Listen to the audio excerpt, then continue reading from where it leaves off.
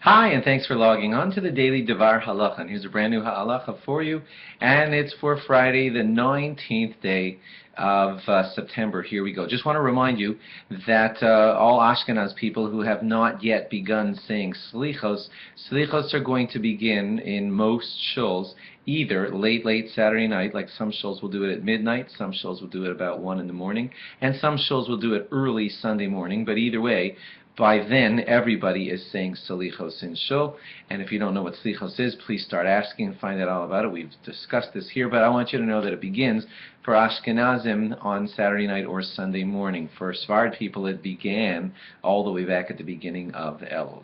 Okay, now more laws on forgiveness for you, and they are if the person that you wronged, God forbid, was your Rebbe, your Torah teacher. We've taught you in the last couple of days that you ask 3 times for forgiveness, and then if the person still, after 3 genuine requests, won't forgive you, you're kind of done. But that's not the halacha with your Rebbe. Your Rebbe who teaches you Torah, the halacha for him would be that you ask him again and again and again, sincerely and separately each time, until hopefully he gives you forgiveness. He may be holding off because he feels that you were dishonorable to the respect of Torah, and he feels that you need to learn your lesson and ask 5 times or 8 times or whatever, but you must acquiesce because that's what you do with your Rebbe. You keep asking him forgiveness genuinely and separately until you reach and get the forgiveness of your Rebbe.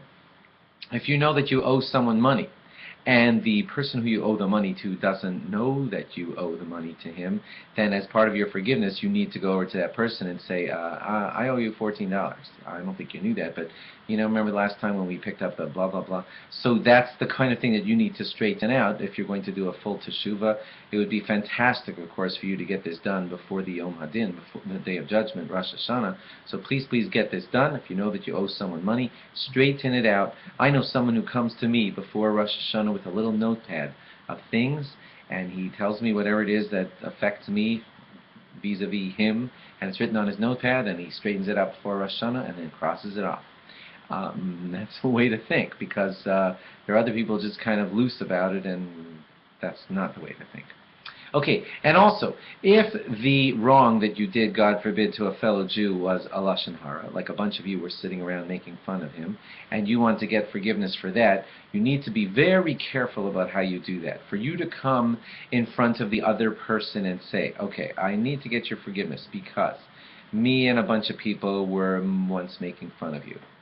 We called you this, we called you that, I said this, and so responded, and you start naming the names, and you name what you did, and you name what you said, and I'm not sure you're making matters better by bringing up all this stuff that he didn't know, and all these new people that you're introducing, and telling tale-bearing about how you and he were making fun of him. And so, if you're going to go to someone and ask for forgiveness for lashon hara, be very careful about how you do it, because sometimes it's best not to mention the details about who you said it to and what you said when you said it to that person, because it may actually make matters worse. If you need coaching on this, by all means, it's a very important halacha. Speak it through carefully with your good, competent, Orthodox rabbi before you go through with this, because to do that piece of forgiveness wrongly and just glibly say, me and a bunch of guys called you fat, we did it several times, he was in on it, and oh my gosh, you may have just made it much worse.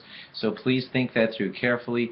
Please speak it through with a rabbi before going ahead with it, and don't be glib about important details like that.